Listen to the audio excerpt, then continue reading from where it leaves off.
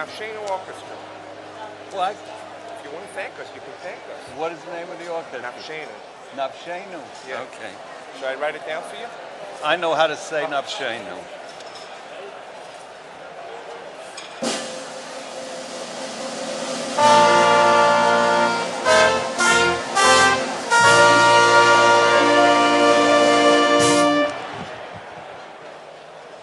Ladies and gentlemen, may I please have your attention?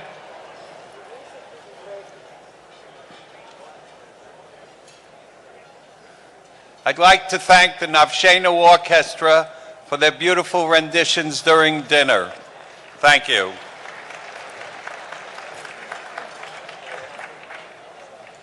We are indeed honored to have with us this evening a United States Senator, Senator Saxby Chambliss, who specially traveled from Georgia to be with us.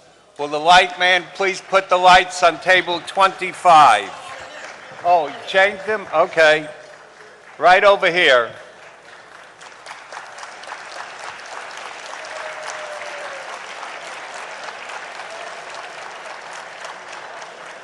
Senator, turn around so we can all see you. Thank you.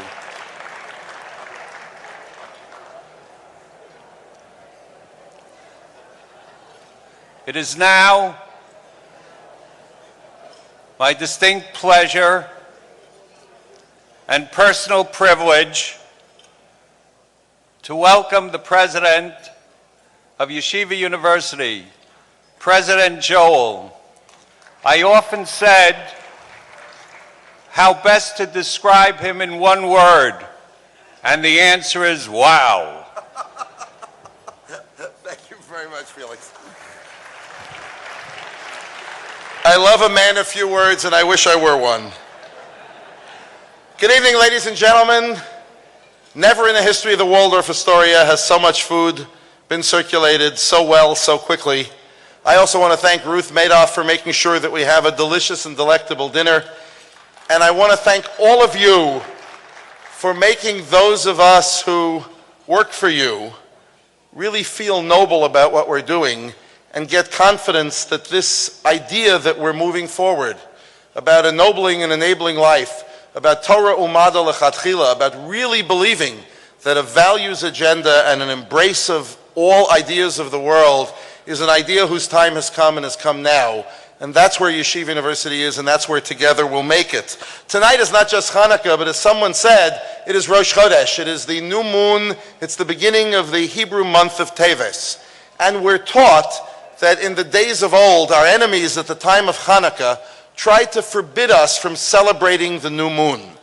And the reason is that for us, and for much of the world, the new moon signifies renewal. And it's also winter solstice. When we believe that darkness is encroaching, getting darker and darker and darker, we believe that it's always darkest before the dawn, and we're confident that from that dark, dawn will come, and it signals renewal.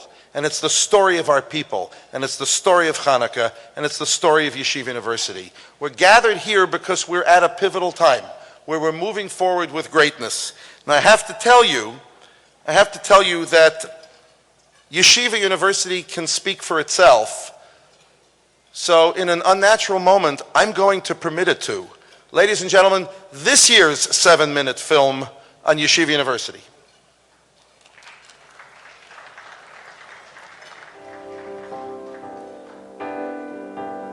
Ideas can take you places where you never would have expected, into places that you didn't know existed.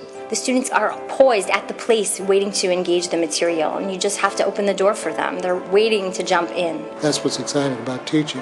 The power of ideas, and the power of ideas to liberate. I want to open them to what I like to call the life of the mind.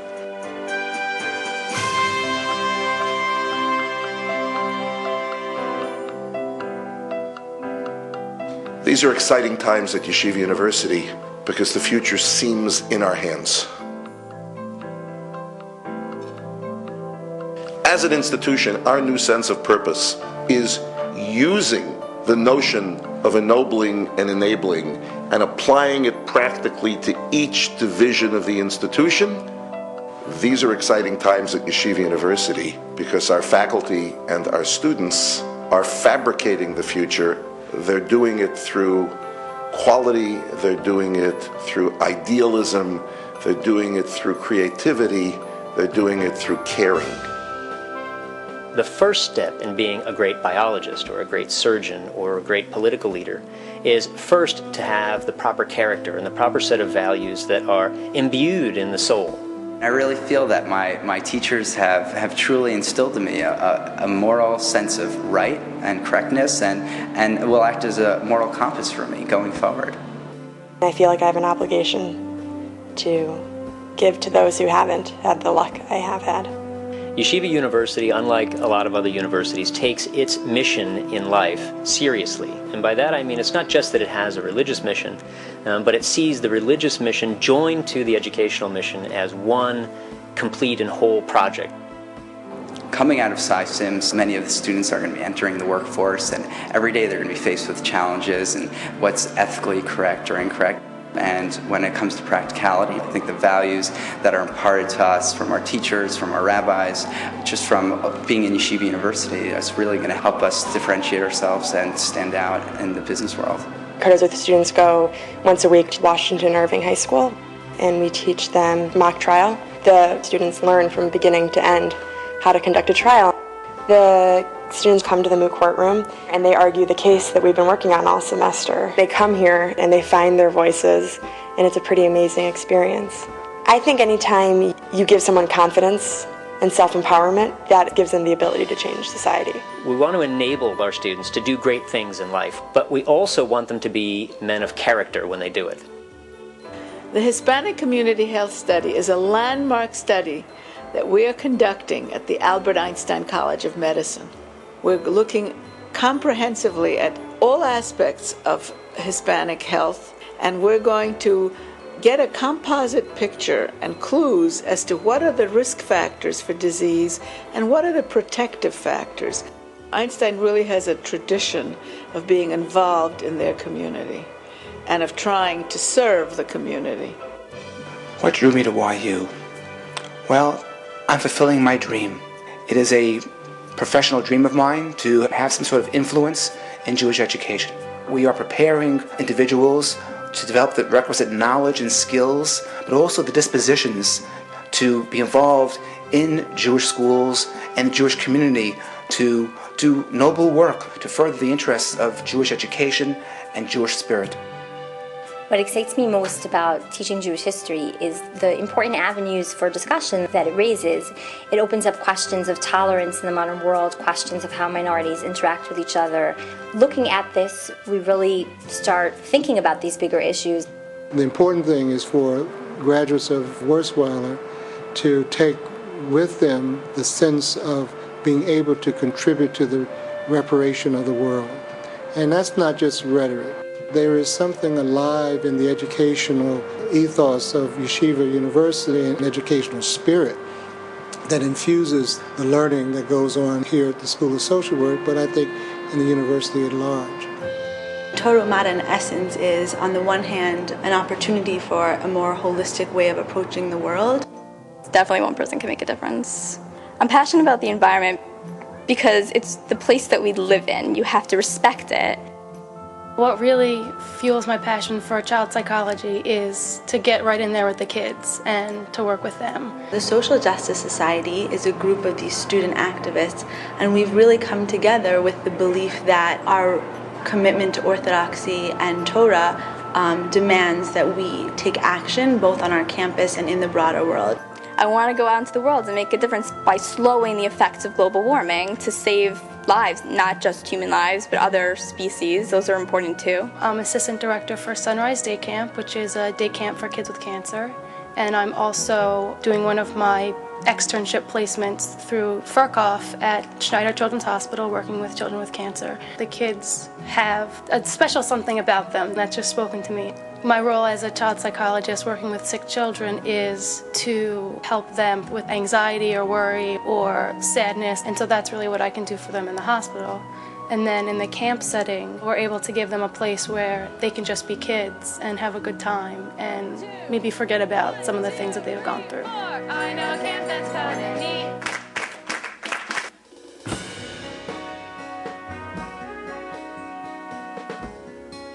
The great thing in life is not so much where we stand as in what direction we're moving. When you look at the present, you see both ferment, growth, a sense of hopefulness in terms of how all of the schools, how all of the disciplines are looking to the future and saying, how do we matter with each other? How do we matter outside of our boundaries? And how do we matter in building tomorrow? We have a sense of purpose inspired by timeless values and a timeless story that says that we have to master tomorrow, and that we can, and that we will, because we must.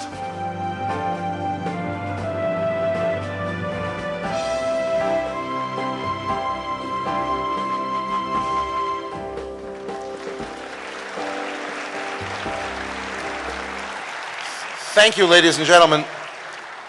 One of the yearnings that we have, there are two things that drive me on an evening like this. One is that my Vice Chairman, Lou Brovman, is constantly looking at his watch and saying that we'll be finished by 8:45. The other is that there is so much inspiration and excitement taking place at Yeshiva University. So much that augurs well for the future for our children and grandchildren. So much that's a model for what higher education needs to be and must be that we can share, that I have such a burning desire to share it with you and such a burning need to make you partners, because we are reaching strongly, and some warn that our reach is exceeding our grasp, but having just seen Field of Dreams, I know that if you build it, they will come. And the truth is that you see these students, they're live here in this room, and on screen, we're capturing what's real, and they are commanding a tomorrow that our children and grandchildren deserve. But I need partners. I need academic partners. I need philanthropic partners. I need people who emulate what we do at Yeshiva throughout the community. We began a tradition a few years ago marking Hanukkah by marking something that we call points of light. You know that the commandment to kindle the Hanukkah menorah, the Chanukiah, is an interesting one. We have to light these candles, but we're not allowed to light them inside our house in the recesses of our home. We have to light them inside our homes, but at a courtyard or at a window to illumine the public as well. And the message is that our story is based on the values of our family, of our home, of our people, but it's not meant to be hoarded. It's meant to be shared. And it's not fulfilled unless it's shared. That's the message of Hanukkah. That's the mission that we have to ennoble and enable. That's the mission of Torah Umada, L'chatchila, of aspirational Jewish vision that says all people of goodwill should be committed to the value of values and make a difference in the world. So each year at the Hanukkah dinner, we very quickly come up with an idea of let's take 8 situations in Yeshiva University that don't represent the best, because there's so much of that's the best, but that are exemplars of excellence in this university, in terms of students, in terms of faculty, in terms of lay leadership. And let's kindle those flames to represent that. So I have the pleasure of emceeing for you over the next few minutes 8 points of light for this year at the Hanukkah dinner. So I'd like to ask, am I supposed to ask someone to come up? No, I'm sure this is all choreographed. So I'm going to take you through 8 points of light, and here we go. The first point of light at Yeshiva University at this year's Hanukkah dinner is the Abraham Arbesfeld Kollel Yom Rishon and the Millie Arbesfeld Midreshet Yom Rishon that have created enormous opportunities. What is it? Every Sunday morning in Washington Heights, we invite the community to study our sacred texts with us, led by our own rabbinic scholars and faculty from Stern College, and alumni who have been distinguished as Jewish educators, men and women.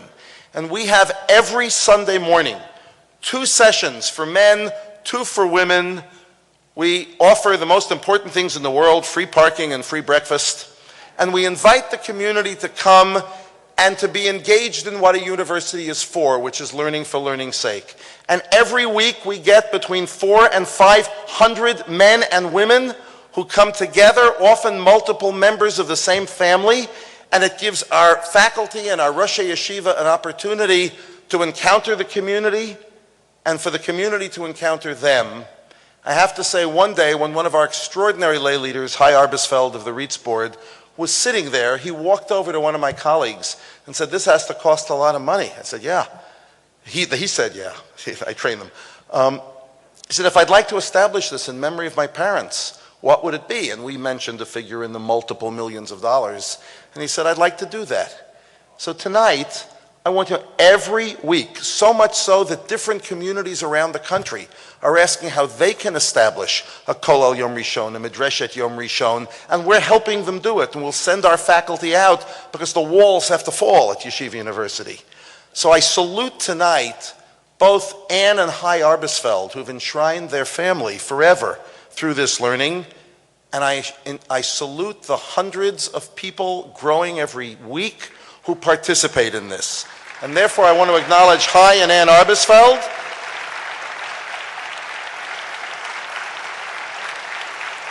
And to light,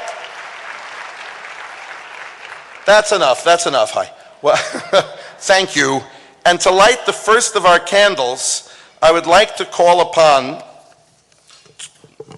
in a second, actually, I would like to call upon Cantor Leon Kahn, who has attended each and every Kollel program since it began, and I'd like him to be joined by a remarkable threesome. Susan Wiesen, who comes each week with her two daughters, Talia and Rena. Talia graduated Stern College and currently attends the Furkhoff Graduate School of Psychology, and Rena, no slouch, member of the Stern College class of 2008, is the student council president. Please come forward and light the first candle, which you already did, making me look really dumb. Thank you. Thank you very much. The second point of light. When I was a young professional, many years ago, I served a stint at the command of Norman Lamb for 2 years as alumni director of Yeshiva University. The first lay leader I had in that position was a gentle giant named Rabbi Seymour Brickman. Cy Brickman was a master educator who was the first person who taught me that lay and professional people should be in partnership. I developed from that the notion that yeshiva is supposed to develop in its students both klei kodesh, sacred workers, sacred professionals, and lay kodesh, lay people who have that sense of the sacred. Tonight we celebrate the establishment of the Rabbi Seymour Brickman Rabbinic Educators Training Program at the Azrieli Graduate School of Jewish Education and Administration. This is a new endowment established in Cy's memory, who died this year, to provide scholarship stipends to rabbinic students who plan to go into Jewish education, to make sure that they enter Jewish education equipped with the finest professional skills by attaining a master's degree at the Azrieli School of Education.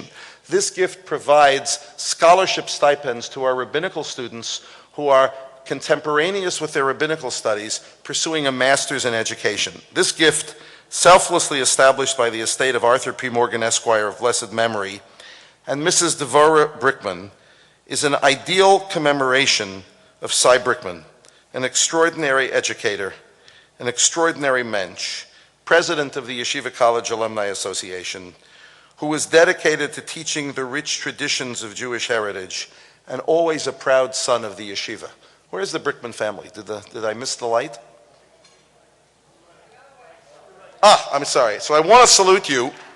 And lighting the candle, we're being very incestuous tonight, is one of Cy's grandchildren, Mark Fine, who graduated from Yeshiva College last year with distinction and serves this year as my presidential fellow in the office of the president, the grandson of Rabbi Brickman.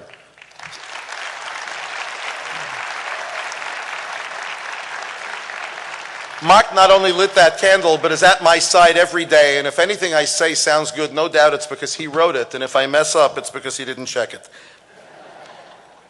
Light number 3. One of the most ambitious student projects at Yeshiva University is the Student Medical Ethics Society.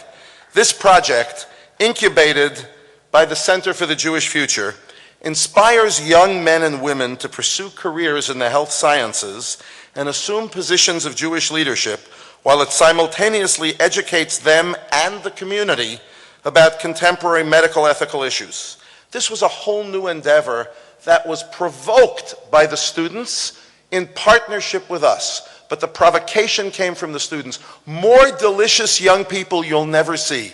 They're going to achieve, they're going to be in graduate scientific research, they're going to be physician scientists, they're going to be healers and those who engage in cure. They're going to overfill the banks of the Albert Einstein College of Medicine, which this year accepted and welcomed 24 graduates of Yeshiva and Stern, the largest cohort in the class of 180 at the Albert Einstein College of Medicine.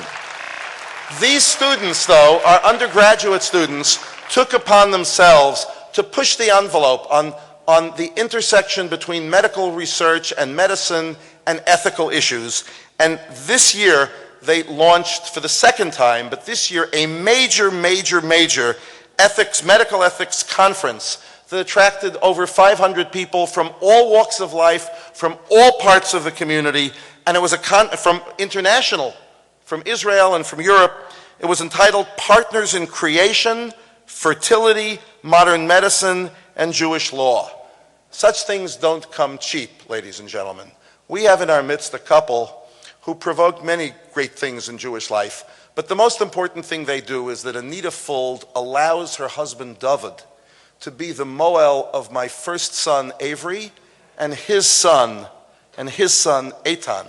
But as a result of a benefaction from David and Anita Fuld, this conference came to fruition because they empowered our students. So we salute you, and I call upon to light the candles Yona Bardos, a fifth-year undergraduate at Yeshiva College, something we are encouraging after 2 years of study in Israel. He's staying for 4 full years at Yeshiva College, who founded the Medical Ethics Society and then turned it over to Aaron Kogod of Yeshiva College and Chani Schonbrun of Stern College, who organized this year's conference. Please light the candle. Another point of light. Number 4. 11 students from the Benjamin N. Cardozo School of Law spent their January break volunteering with legal organizations in the Gulf Coast area before they heard Scott Cowen. In partnership with the National Student Hurricane Network, they helped to ensure that those affected by Hurricanes Katrina and Rita received much-needed legal assistance. You know, we had students almost every week from our undergraduate schools going down to the Gulf Coast, particularly to New Orleans, to make sure there'd be a minyan, to make sure there'd be hope. The students at Cardozo are no less motivated, and they are applying their legal acumen to help a distressed population that, as Scott said, we should have been helping before the hurricane. 5 more Cardozo students volunteered during the spring break, and all received New York State Bar Association President's Pro Bono Service Awards. Kathy and Alan Greenberg have provided unbelievable leadership and support for the law school in general to make it a great law school, but for the law school's outstanding public service program. Kathy's the first chair of the Cardozo board who's an alum of Cardozo, and their work has been advancing the breadth and scope of our commitment to public service. Their generosity has allowed literally hundreds of students to engage in uncompensated public service work here and abroad. This candle will be lit by Daniel Foreman. No, not the Daniel Foreman who hopefully is at your table asking you for philanthropic support for Yeshiva University, but Dan Foreman, one of the Cardozo participants in the Gulf Coast Project. Dan.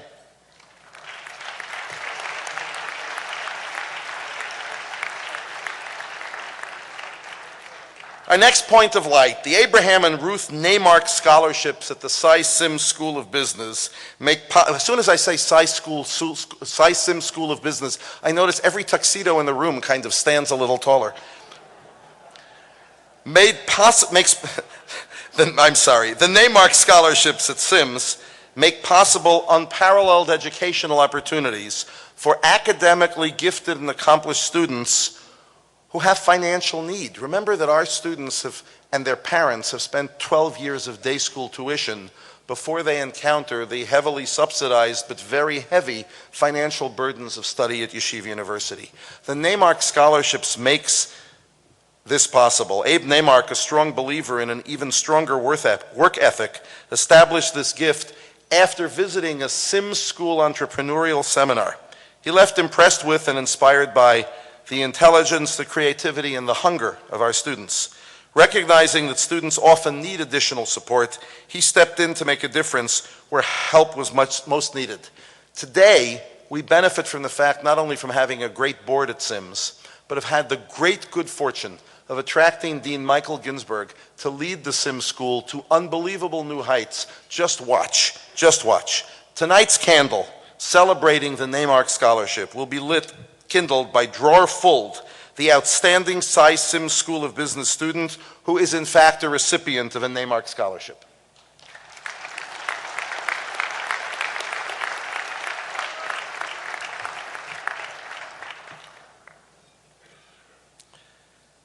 A point of light.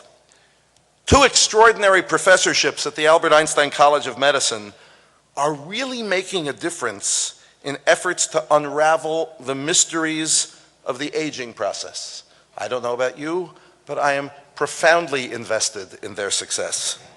Dr. Nir Barzilai holds the Ingeborg and Ira Renner Chair in Aging Research, established this year. Dr. Eric Buhasira holds the Ingeborg and Ira Leon Renner Chair in Stem Cell Biology and Regenerative Medicine, 2 of many fields where Einstein plays a leadership role in research and education. We are proud that Inga and Ira Rennert, global philanthropists who generously support arts, education, medicine, and research, are actively shaping Yeshiva University's future, and just as a gift of generosity have established these 2 wonderful chairs at Einstein. But you know what? Without the faculty, without these focused dreamers, it would just be a benefaction. We honor tonight Dr. Barzilai, who's in Florida spreading the word, and Dr. Buhasira. So it's my pleasure to call to light the candle Rennert Professor Dr. Eric Buhasira, a wonderful point of light.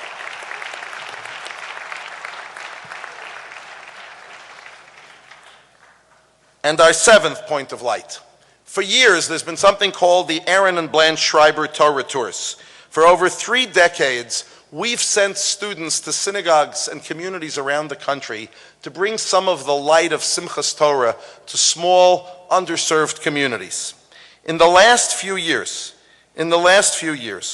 undergraduate students and our students from our theological seminary, the Rabbi Isaac Elchanan Theological Seminary, have traveled to literally hundreds of communities throughout North America and Europe, guided by the Center for the Jewish Future, infusing their passionate spirit and enthusiasm for the holiday of Simchas Torah. They not only go to sing and dance, they give classes, they teach, they inspire young people to look to Yeshiva University as part of their future.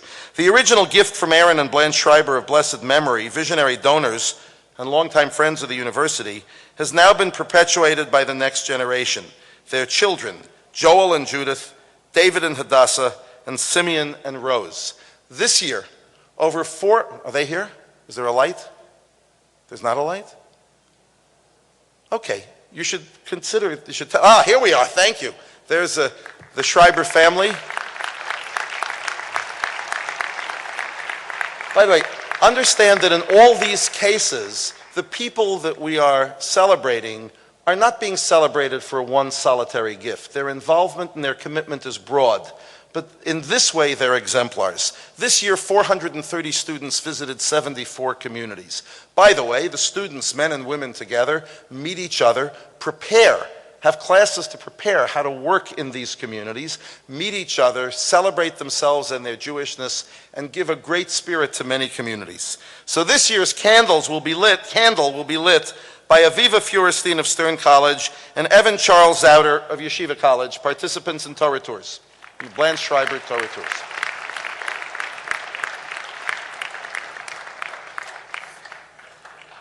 Thank you very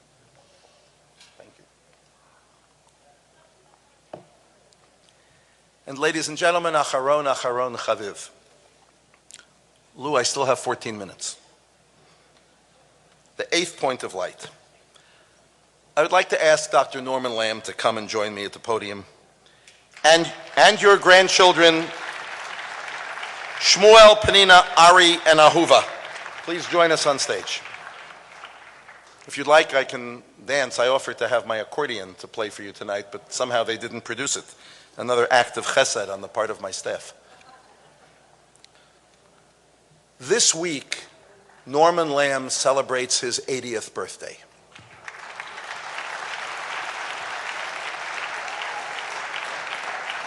He completes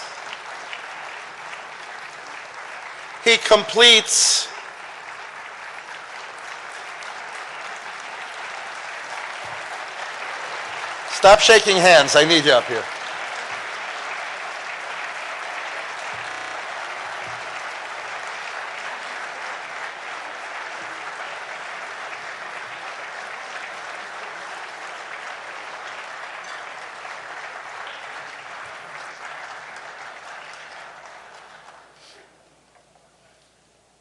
He'll yell at me because I go over almost everything with him, but not this.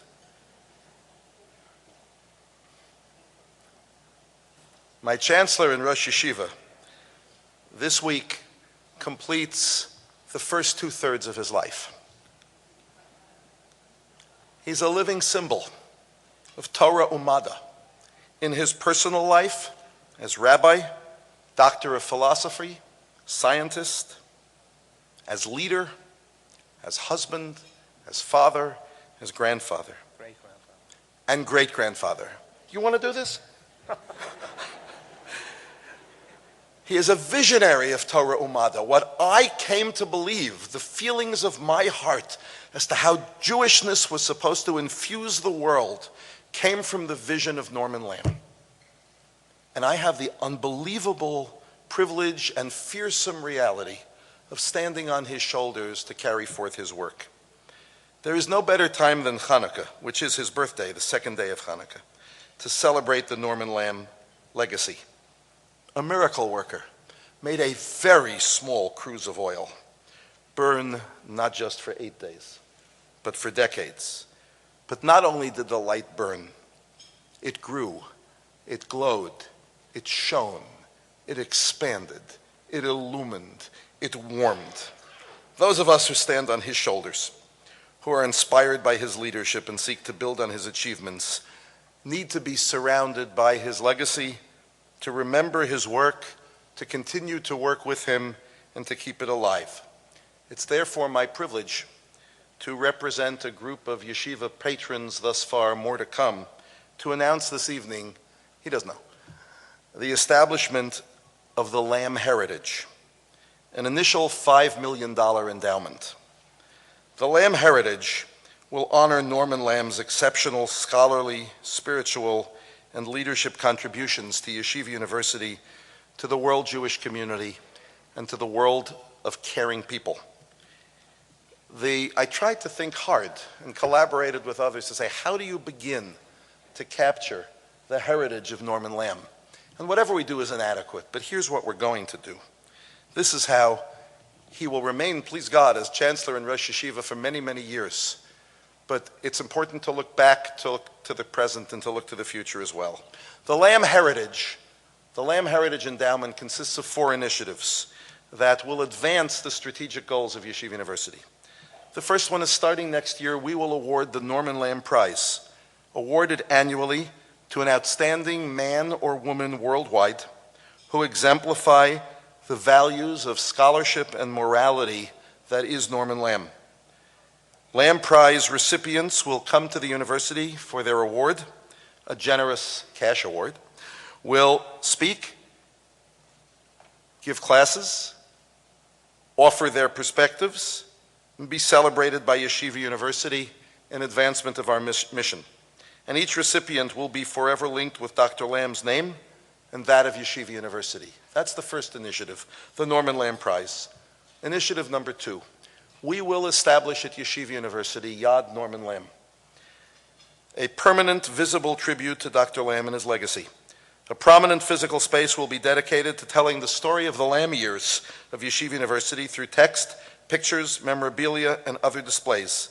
The Yeshiva University community and visitors will be able to reflect on this vital period in the life of both the university and the worldwide Jewish community.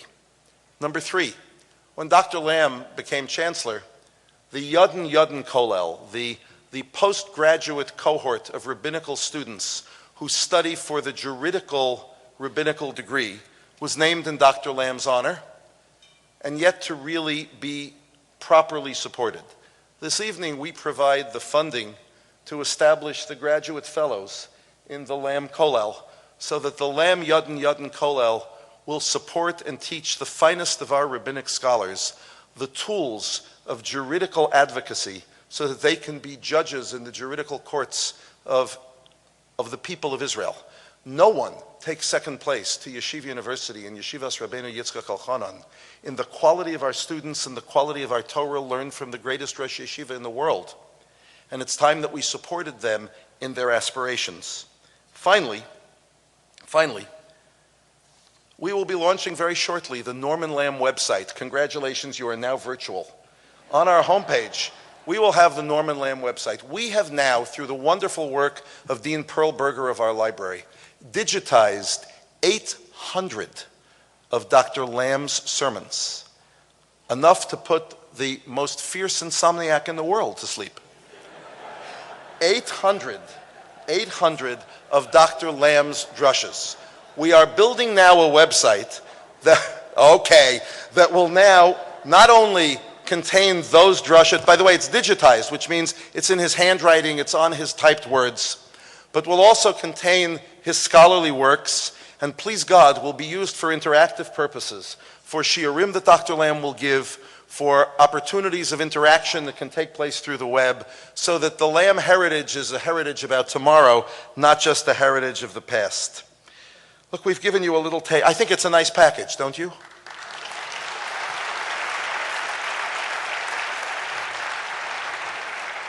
I'm glad you're all applauding, because in my mind the $5 million initial gift is but an initial gift, and all those people are patrons, led, I would say, with $1 million gift from Jack Rudin. And all the other gifts are $500,000 gifts, and they will be published at the appropriate time. But now we're willing to take other levels of wonderful support to make sure that this enterprise continues and burns as brightly as the Hanukkah lights. I would also tell you that in your gift package tonight, I'm supposed to have a package right here in my hand, but I don't, you are each receiving a copy of Dr. Lamb's classic work, one of many, Faith and Doubt, which has been bounded as a gift by the Sharfstein family with a special commemorative binding for this evening. The legacy is vibrant and ongoing, and the Lamb heritage will ensure that Dr. Norman Lamb's life work remains vibrant and available to the world in perpetuity. We all look forward to benefiting from the ongoing evolution of the Lamb heritage through the next 40 years of your sacred mission. And now, the 8th point of light candle will be lit by the real work of Dr. Lamb's life. Shmuel Lamb, Penina Lamb, Ari Lamb, and Ahuva Warburg. And? Who? Tova Dratch. Tova, they gave me a note saying you weren't here. I promise. I wasn't leaving you out. She's here. And Tova Dratch. Ladies and gentlemen, the Lamb heritage.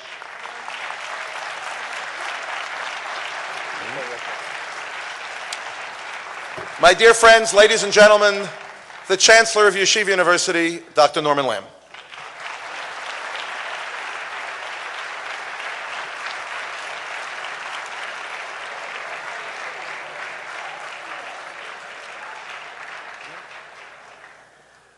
I'm overwhelmed.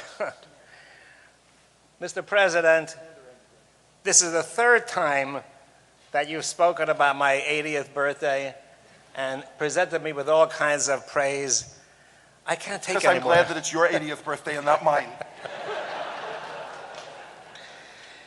This man is extraordinary in his creativity, in his passion, in his work, in his understanding. I cannot possibly equal what he says of me, because he prepared and I didn't. But he really is remark. You know, in the Middle Ages, the philosophers of Judaism, as well as of Islam in this case, established the fact that there's a difference in epistemology, is called the science of knowledge, between faith and knowledge. Faith means I believe something because I believe in it, because of tradition, but then it has to morph into knowledge, which means not only do I believe, but it's a fact, and I accept it as being real. When Richard Joel began his incumbency as president of Yeshiva University, people asked me what I thought, and I said, look, I have faith. He has to prove himself, but I have faith. It didn't take long at all, maybe a couple of months, and my faith turned into knowledge. I know him, I revere him, I respect him. I'll never be able to compensate him for all the wonderful things he's said and done. I must tell you, Yeshiva University is lucky. If we had not gotten along with each other, it would have been much more difficult. As it is, I consider him not a friend, but a great friend, and I hope that he and Esther will be friendly with me and Mindy for many, many years to come. I'm just overwhelmed, what can I tell you? I'm not normally that I'm caught for words. But I thank God, of course. I thank the Rebbeinu Shalom every day, especially since I've gotten a little bit older. I thank God for the breath I breathe every single day, and I say, as every Jew says in the morning, or should say in the morning, Modani lefanecha melachai v'kayim, shechazati min nishmasi v'chemla rabban v'sachar. I thank you, God. I thank you for letting me live, for returning my life to me after the night, and for attending to me with great mercy and great compassion. It's a blessing which not really technically a blessing, a prayer, which I recite every morning more and more fervently. I thank God for the family He's given me. You've seen some of them. The rest are now dispersed there. Great family. God bless them all. And I'm sorry I had to interrupt you, but yes, there are children who are here. There are grandchildren who are here. And the one person who really didn't attend, who should have, is my great-grandson, Salel, who just celebrated his first birthday.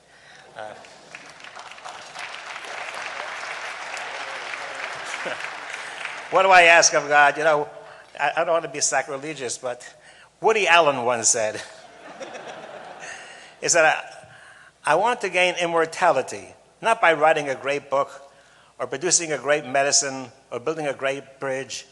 I want to attain immortality by not dying.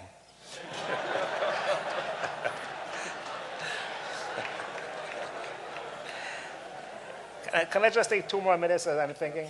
No more than 2 minutes. Mr. Bravman, is it okay with you? It's his 2 minutes, Lou.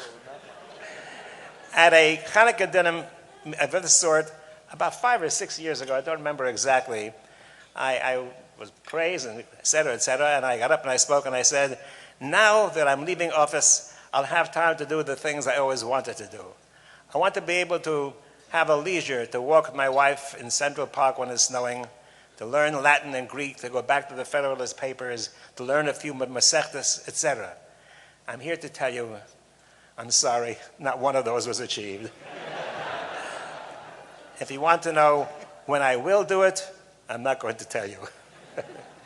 It's a great privilege for me to have been president of Yeshiva, which I never even dreamed about when I was a young student, and I started here as a student in 1945. I haven't left. For me to see that I was president of Yeshiva University, I told it to my very distinguished and dear friend, it's something you can't believe, because opportunity to influence generations is fantastic. Richard, you're going to do it. You're going to do it with great verve and brio. God gave you interminable sources of strength. Don't overdo it. Don't overdo it. I keep on fighting with them. You've got to take a rest, too. A great man once told me that Justice Frankfurter once said, I can manage to do 12 months' work in 11 months. Cannot manage to do it in 12 months. So it's required. But I'm sure you're going to do it and continue to do well. God be with you. And to all of you, what can I say? Maybe what Moses said when the building of the temple the Mishkan was completed. May it be His will that the Shekhinah of God, divine presence, rests upon your hands, that all you do, you, your children, your family, all of Israel, all of Klal Yisrael, may be blessed with God Almighty.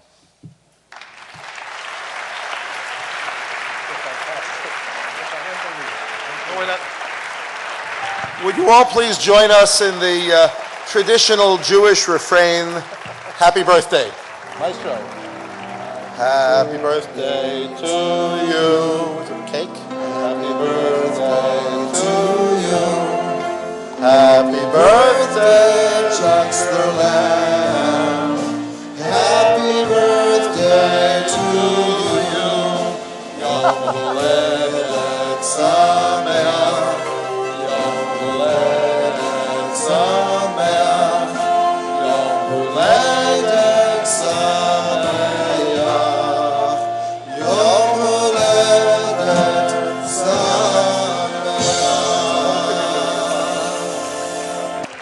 Ladies and gentlemen, the light will only shine. It's not one point of light, it's a torch. It's my great pleasure to give you a wonderful leader, Felix Klaubeck.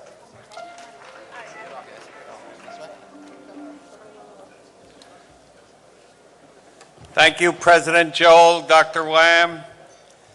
As is the university's custom at these Hanukkah dinners, we would like all of you to take home a gift bag in appreciation of your support. Among the items in the gift bag is Dr. Lamb's book, as told to you by President Joel, Faith and Doubt, Studies in Traditional Jewish Thought. A very good friend, as you know, provided for the distribution.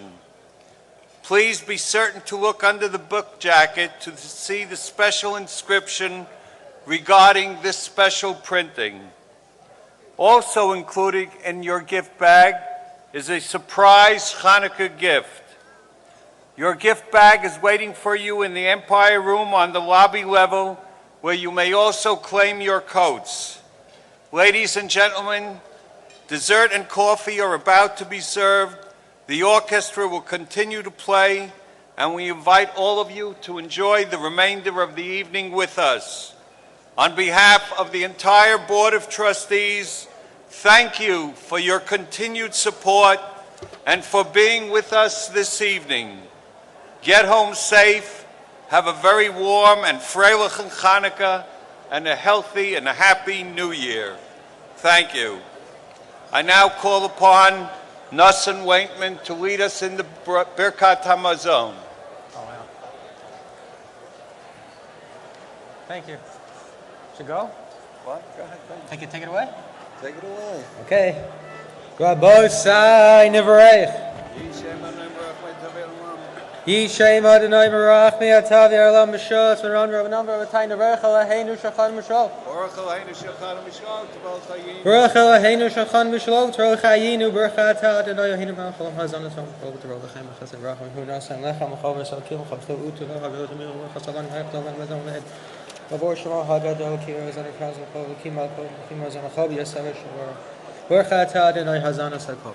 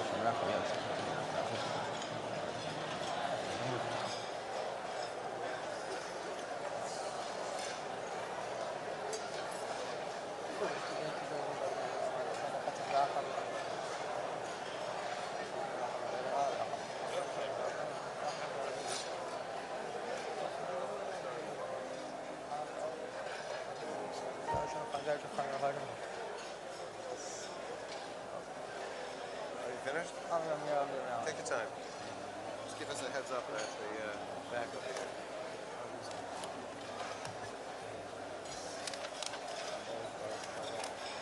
Well, that was the easiest one.